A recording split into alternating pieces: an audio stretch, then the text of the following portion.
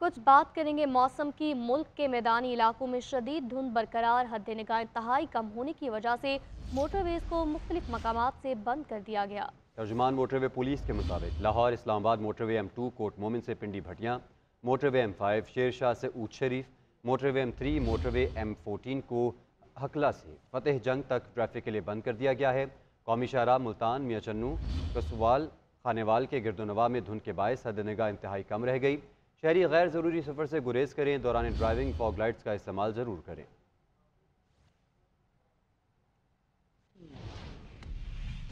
सियासी मंजरनामे पर नजर डालते हैं। मुल्क में अमन अमान की सूरत हाल ठीक नहीं। 8 फरवरी को होने वाले आम इंतखाबात मुलतवी किए जाएँ। सेनेट में करारदाद कसरत राय से मंजूर कर ली गई। सेनेटर दिलावर खान ने इलेक्शन मुलतवी करने की करारदाद पेश की। करारदाद में कहा गया अक्सर इलाकों में सर्दी की वजह से इलेक्शन अमल में शिरकत मुश्किल है। खैबर पख्तूनख्वा और बलूचिस्तान में दहशतगर्दी की कार्रवाइयाँ जारी हैं। मौलाना फजलुर रहमान और मोहसिन दावर पर हमले किए गए। कई लीडर्स को धमकियां भी मिल रही हैं। करारदाद पर वोटिंग के वक्त सेनेट में 14 अरकान मौजूद थे।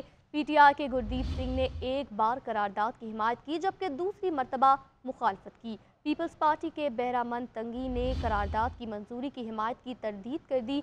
पीपल्स पार्टी ने सेनेटर बहरामंद तंगी को इजहार वजू का तहरीरी नोटिस जारी कर दिया।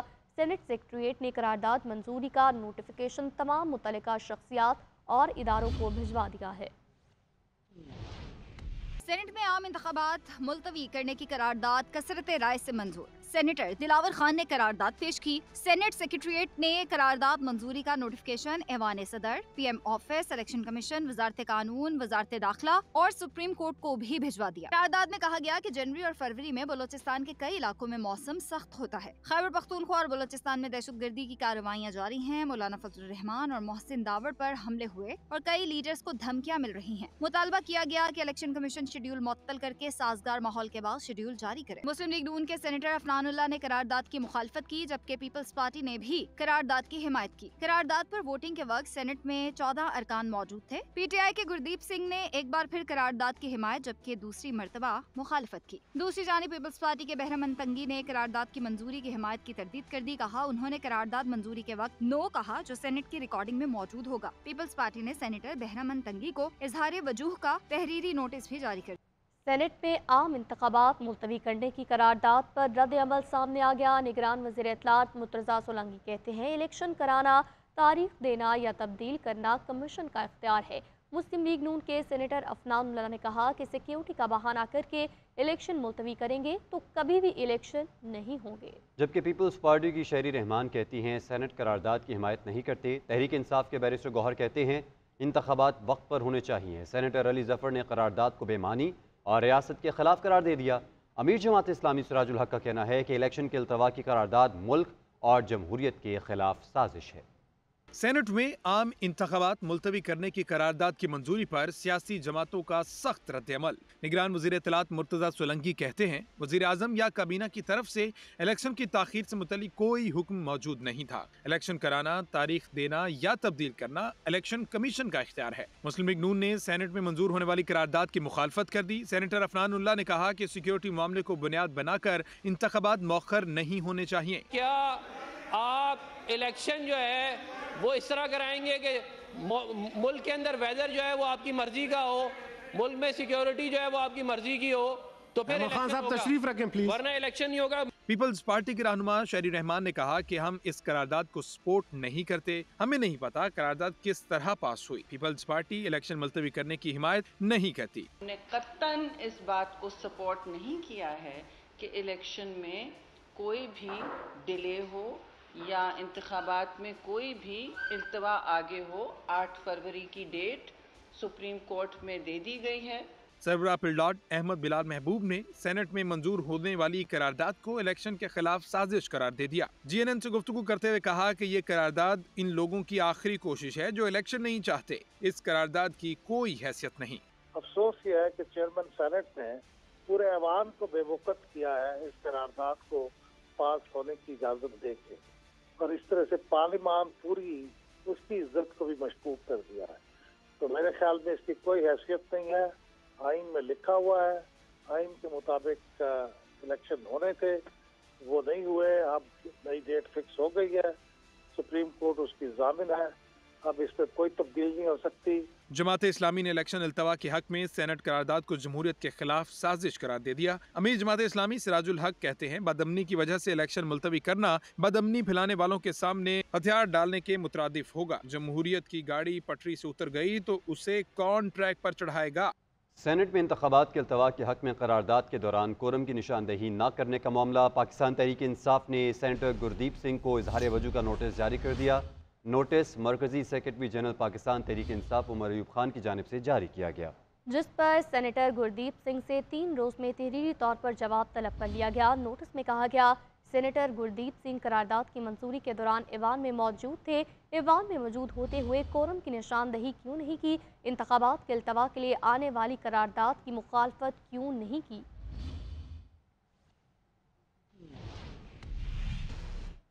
आम इंतखाबात 8 फरवरी को ही होंगे। इलेक्शन कमीशन का सेनेट की करारदाद पर रद्द-ए-अमल। इलेक्शन कमीशन ने कहा कि सेनेट की करारदाद का इलेक्शन शेड्यूल पर कोई असर नहीं पड़ेगा। सुप्रीम कोर्ट के अहकामात के अलावा कोई अहकामात इलेक्शन शेड्यूल पर असरअंदाज नहीं हो सकते।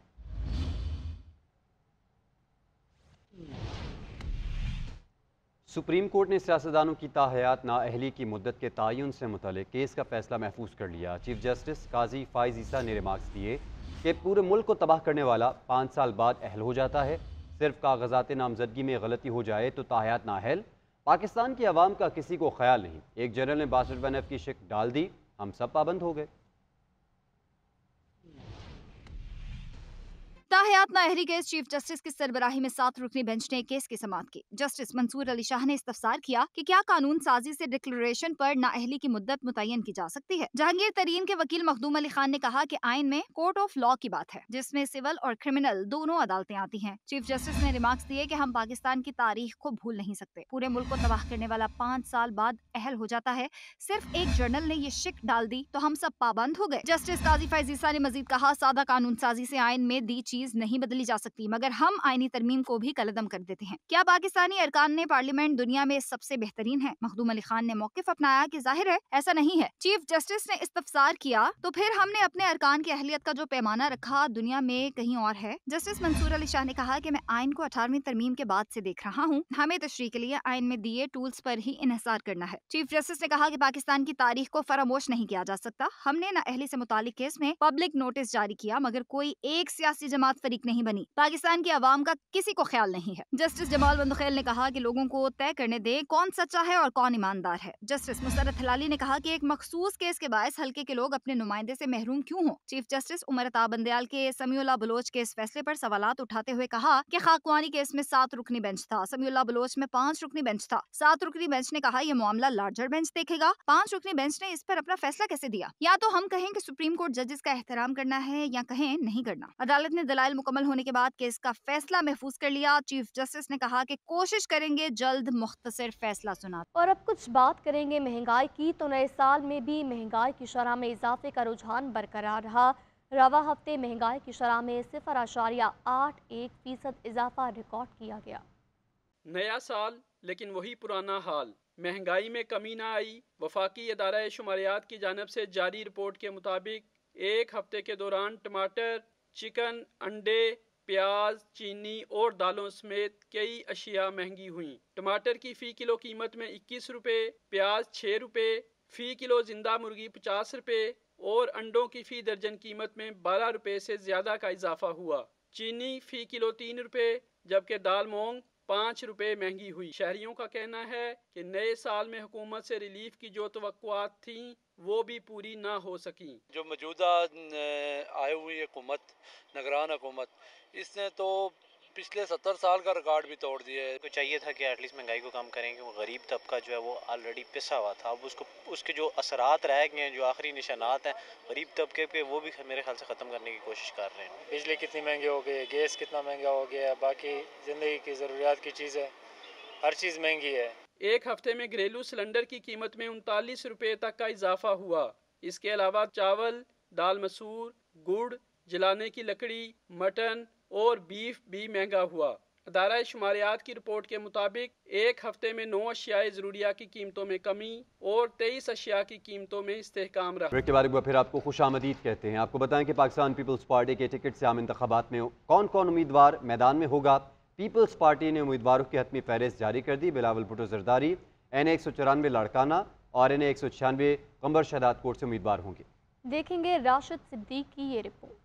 8 फरवरी 2024 को होने वाले आम इंतखाबात के सिलसिले में पाकिस्तान पीपल्स पार्टी के टिकट पर कौन कौन उम्मीदवार मैदान में होगा, पीपल्स पार्टी ने हतमी फहरिस्त जारी कर दी। चेयरमैन पीपल्स पार्टी बिलावल भुट्टो जरदारी NA 194 लाड़काना और NA 196 कंबर शहदाद कोट से, जबकि आसिफ अली जरदारी शहीद बेनजीराबाद के हल्के NA 207 से उम्मीदवार होंगे। इसके अलावा सक्कर NA 201 से सैयद खुर्शीद शाह, NA 202 से सैयद नफीसा शाह और शाजिया मरी खवातीन की मखसूस नशिस्त के अलावा सांगड़ के हल्के NA 209 से अपनी किस्मत आजमाएंगी, जबकि नवीद कमर NA 221 टंडो मोहम्मद खान से इलेक्शन लड़ेंगे। कराची में मलिर NA 230 से आगा रफीउल्लाह, NA 231 से अब्दुल हकीम बलोच, लियारी के हल्के NA 239 से नबील गबोल, मिर्जा इख्तियार बेग NA 241 और कादिर मंदोखेल NA 242, कादिर पटेल NA 243, जबकि MQM छोड़कर पीपल्स पार्टी में शामिल होने वाले मुजम्मिल कुरैशी को NA 236 कराची से टिकट दिया गया है। PS 85 मलिर कराची से साजिद जोकियो, फारूक ऐवान कोरंगी PS 95, सईद गनी PS 105 और नजमी आलम PS 110 के अलावा शाहिदा रहमानी 2 हल्कों PS 119 और 121 से उम्मीदवार होंगी। मसरूर एहसन PS 122 और MQM से पीपल्स पार्टी में जाने वाले वसीम कुरैशी PS 123 से इलेक्शन लड़ेंगे, जबकि PS 128 से आरिफ कुरैशी, PS 130 से रिजवान इरफान पीपल्स पार्टी के उम्मीदवार होंगे। साबिक सूबाई वजीर इम्तियाज शेख और आगा सराज दुर्रानी शिकारपुर के हल्कों PS 7 और PS 9, Faryal Talpur PS 10 Larkana, doctor Azra Afzal Pechuho PS 36 से उम्मीदवार होंगी।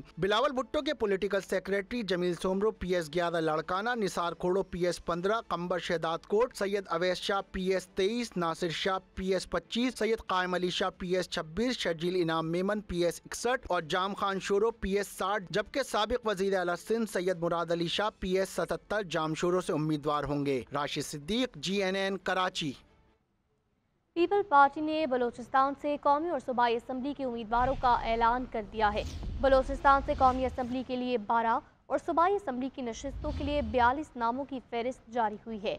NA 251 के लिए अब्दुल बाकी मर्दाद, NA 252 के लिए इसरार तरीन, NA 254 के लिए गुलाम फरीद रईसानी उम्मीदवार होंगे। Senior deputy convener MQM Pakistan doctor Farooq Sattar कहते हैं 4000 अरब टैक्स देने वाले शहर को 40 अरब रुपए खैरात की शक्ल में वापस मिलते हैं। मुल्क की आबादी का 10% होने की बुनियाद पर कराची को 400 अरब मिलना चाहिए। बद इंतजामी की वजह से शहरों की हालत देहात से बदतर हो चुकी है। MQM इंतखाबात में चोरी शुदा मैंडेट सूद समेत वापस लेगी। 60%, 70% टैक्स कराची देता है, जो रुपयों में कितना होता है 4000 अरब रुपए, और उसके बदले कराची को कितना मिलता है 40 अरब, 1% की खैरात। अगर कराची की आबादी कम से कम पूरे मुल्क का 10% है तो कम से कम 400 अरब रुपए हमें मिलने चाहिए। एक वक्त आ सकता है कि ये टाउन है लेकिन एक देहात से बदतर हालात है। Land information and management system ने मोबाइल पर नहरों की निगरानी के लिए निगरान ऐप का बाकायदा आगाज कर दिया। इस हवाले से 3 जनवरी 2024 को लम्स के मरकजी दफ्तर में तरबीती इजलास का भी इनेकाद किया गया, जिसमें महकमे आबपाशी के अफसरान बाला और दीगर अफसरान ने शिरकत करके तरबियत हासिल की। निगरान जदीद तकाज़ों को मद्देनज़र रखते हुए निगरानी की जाएगी। इस हवाले से लम्स निगरान टीमों की रवानगी का सिलसिला 5 जनवरी 2024 से शुरू हो चुका है।